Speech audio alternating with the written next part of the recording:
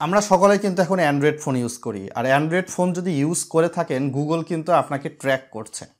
তো এই ট্র্যাকটা কিভাবে বন্ধ করবেন, স্ক্রিনটা যদি কাইন্ডলি লক্ষ্য করেন একদম সিম্পলি আপনি জানতে পারবেন এবং আরও মানুষের কিন্তু উপকার হবে, যাতে করে আপনাকে কোনো কোম্পানি ট্র্যাক করতে না পারে। তো সেক্ষেত্রে প্রথমে আপনি ফোনে আসবেন, ফোনে আসার পর গুগল ক্রোম ব্রাউজার পাবেন, ফোনে অটোমেটিকলি এটা ইনস্টল থাকে। তার পরবর্তীতে সার্চ বারে লিখে দিবেন এইখান থেকে গুগল ড্যাশবোর্ড, যেমনটা আমি লিখে দিচ্ছি। আপনার সামনে এরকম ইউজার ইন্টারফেস ওপেন হবে, তারপর গুগল ড্যাশবোর্ড অপশানে ক্লিক করবেন। ভিডিওটা লাইক করে চ্যানেলে নতুন হলে সাবস্ক্রাইব করতে ভুলবেন না।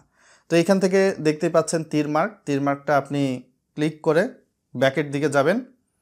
এর পরবর্তীতে এখানে আসার পরে আপনি দেখতে পারবেন ডাটা অ্যান্ড প্রাইভেসি নামক কিন্তু একটা অপশান রয়েছে, তো এখানে আপনি ক্লিক করে দিবেন। তো ডাটা অ্যান্ড প্রাইভেসি অপশানে কিন্তু চলে আসবে, কিছুটা লোডিং ইউজার ইন্টারফেস ওপেন হবে। তার পরবর্তীতে আপনাকে কাইন্ডলি নিচের দিকে চলে যেতে হবে।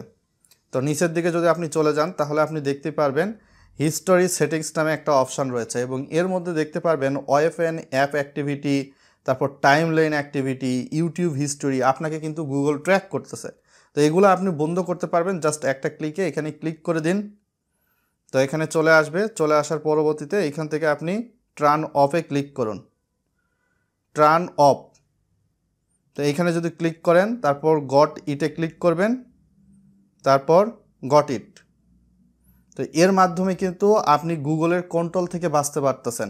তো এইভাবে আপনারা পর্যায়ক্রমে আরও যে অ্যাক্টিভিটিগুলো দেখালাম, আমি কিছু অ্যাক্টিভিটি কিন্তু নিজে পুশ করে রাখছি, তো আপনি পুশ করেও রাখতে পারেন, এক্ষেত্রেও আপনাকে ধরতে পারবে না গুগল। তারপর ইউটিউব হিস্টোরি, এটার অ্যাক্টিভিটিও বন্ধ করার জন্য টার্ন অফ, এখান থেকে পুশ ক্লিক করে দিবেন। তো এইভাবে প্রত্যেকটার কিন্তু অ্যাক্টিভিটি আপনারা চাইলে নিজে নিজে বন্ধ করতে পারবেন। তো আজকে এখান থেকে বিদায় নিচ্ছি, সকলে ভালো থাকবেন। ভিডিওটা শেয়ার করবেন মানুষের সঙ্গে, যাতে করে তারাও জানতে পারে। পরবর্তীতে কী নিয়ে ভিডিও চান ভিডিওর কমেন্ট বক্সে জানান।